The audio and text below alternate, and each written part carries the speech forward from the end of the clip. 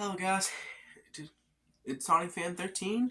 Today I'm going to be teaching you how to solve the Rubik's Cube. Now I did technically teach you already in the live stream, but I'm going to make a video separate to that, going directly towards how to solve it. And there are many ways to solve it. There's F2L, there's beginner's method, and then there's CFOP. So yeah, there's also Rube, but that's very advanced and mostly speed cubers would use it. But even CFOP is very good to use, and especially if you know what you're doing. So CFOP, C being cross, F being F2L, O being OLL, and P being PLL. And then sometimes there's last layer skip, which gives you a faster time usually. But I will be teaching you the beginner's method in this video, so let's get started. So first we want to make the white cross. It's basically a T across the white layer, and you can technically do it from anywhere, but the most standard way to do it is using the white cross. So I'm going to tell you the pieces of each of the cube. So you have the centers, they have one color, you have edges, which are two colors, and then corners, which are three colors. So you want to line up the edges, the two color corner pieces, with the edges to one corner piece. So you see how this is green and this is blue. That means it's not at its correct spot. So you want to move it to where it's on top of green, like that. And you want to do this with all sides. So, like this. If you see blue on the bottom, or any color, if you see a color on the bottom and white's like this, then you just turn it 180 degrees. And then it gets it to the top layer. And then, just like this, again, you would just turn it on top of orange and then line it up with its correct color, and do the same thing for red. Red is here, so you turn it like this. You want to make a cross, and it'll look like this. So now you want to look for corner pieces, which are the three color pieces. You want to, so at this step, you want to turn it to where the white's going to be on the bottom. And you gotta remember that white's going to be on the bottom. So you want to be looking for white corner pieces. So for example, this blue, red, and white's always going to be on the bottom. So you look for the blue and red centers. And you see it lines up like this. So you want to do the algorithm up, left, down, right. And then I don't like to speak it in primes, but if that's easier, then I can just show you the link in the description and the steps.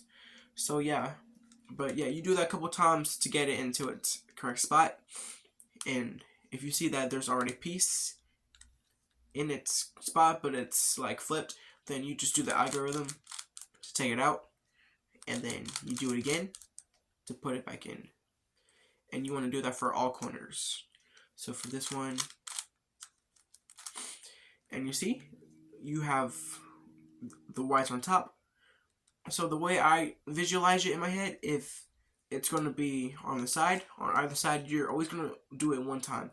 If it's on top, you're going to do a little bit of a created algorithm. So for here, you do up, left, twice, down, right, and then just do the algorithm. Kind of, or you can just do it 3 times. The algorithm is the same. It gets in its, as long as it gets it in there, it's good. But then you have the bottom layer, and the white side is solved.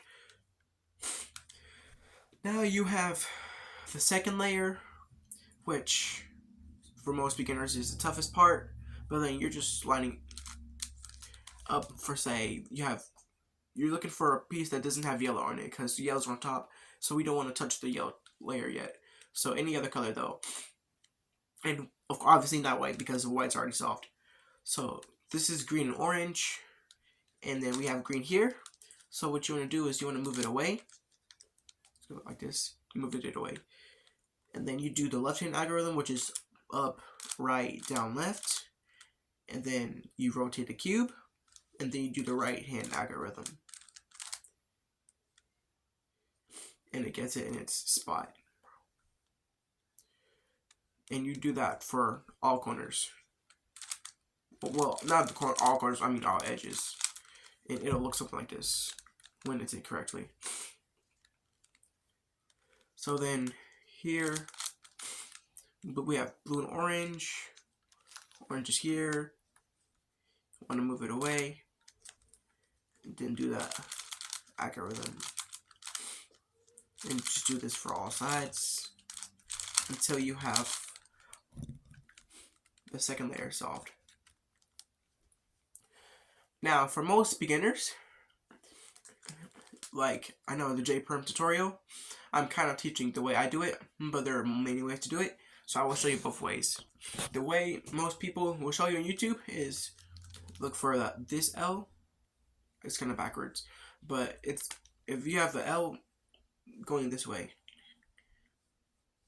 Well, not that way because it's upside down. Okay, so yeah, if you have an L going this way, then you do it. You do this first layer. You do up, left, down, right. You undo, and then you have the yellow horizontally. Because if it's vertically, it's not going to work. So you would have to do it horizontally. You flip the layer. You do the algorithm, and then you undo with your thumb, and that's how you get the cross that way. But then the way I do it is you have the L towards you. So what I do is I do the wide layer, I do the algorithm, and then I undo with my thumb, and it gets the cross faster. But sometimes when you do that, like most people don't know how to do like wide turns like that. So like that's more advanced. But you can do it if you want. If you can use either method if it helps. But then yeah, so the next step is you want to look for. You see you have a yellow cross, so you want to look for two edge pieces that are in its correct spot. In this example, orange and green, and then blue and red are incorrect. So then you would use it with your dominant hand, but it doesn't matter. Like if you would use your dominant hand, you would hold red because it's like this. But my dominant hand's right hand, so I would do it from blue. I do up, left, down, and then you do left again. You go up, right twice, down, and then you undo that one turn. And then, yeah, you have all of them. They should all be in its correct spot. So now you want to look for a corner piece that's like this. It's in its correct spot, but it doesn't have to be solved. But if it is, then that's also good. So you hold that, but if there is no corner piece, then you can just do it from anywhere. So you do left up with your right hand, right up with your left hand, left down with your right hand, right down with your left hand. And sometimes you have to do it 2 times, so you just do it again. And now you're on the last step.